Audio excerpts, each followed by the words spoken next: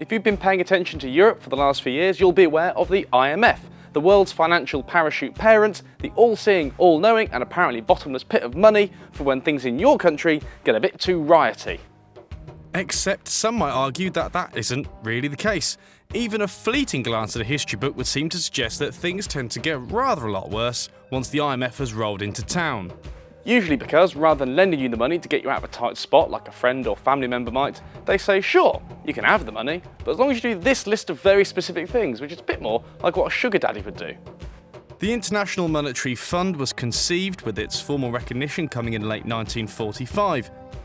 The intended purpose of the IMF was to assist in the maintenance of economic stability and help foster growth, primarily through monitoring exchange rates, consulting member states who sought guidance and providing financial support through their corporate fund, with France being the first to utilise this facet of the organisation.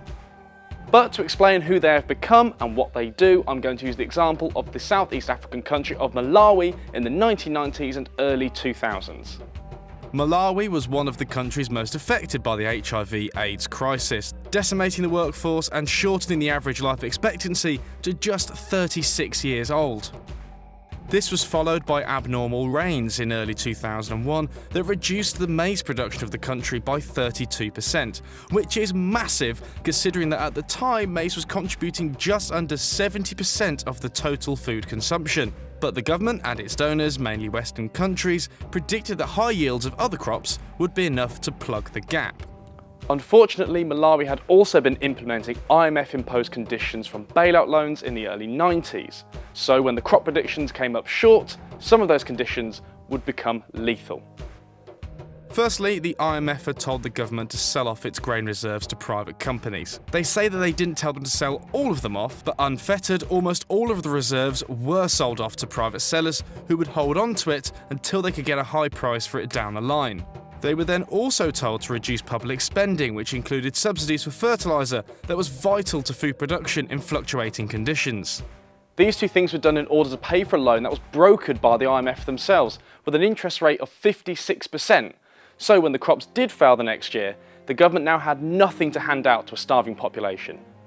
Then, when the government tried to deal with the crisis by reversing some of the privatisation imposed on them and restarting subsidies, the IMF suspended aid, up to $47 million at the height of a famine, essentially punishing them for not conforming to the economic free market policies of the West. All in all, the numbers of famine or food shortage deaths ran into the thousands, with many organisations, including ActionAid, who conducted an in-depth autopsy of the crisis, placing the majority of the blame on the IMF's policies for essentially removing the mechanism necessary to deal with a crisis that had been avoided before thanks to those measures. It's important to look at the case study of Malawi because it shows how in the face of completely changing conditions, of famine, deaths, the IMF stayed the course of applying free market conditions. Their one-size-fits-all approach to economic salvation that completely disregarded the realities of the situation on the ground.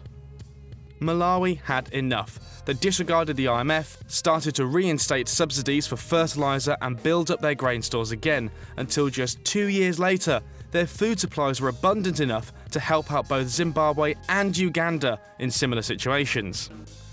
So what have we learned from Malawi? Well, the IMF has learned nothing, but the general conditions of an IMF bailout have been replicated time and time again, both before and since Malawi.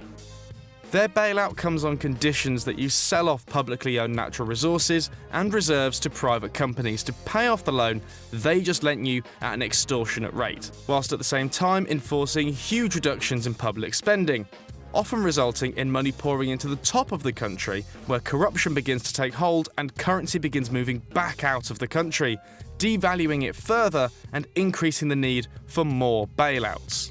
It's a vicious cycle, ideologically driven, and now vast swathes of South America, Africa and Europe are reeling from the help given to them by the IMF, where the free market can fix everything if only unshackled by the need to actually look after people. And if you disregard the system, it's going to drag you in to serve people at the top, whether you like it or not.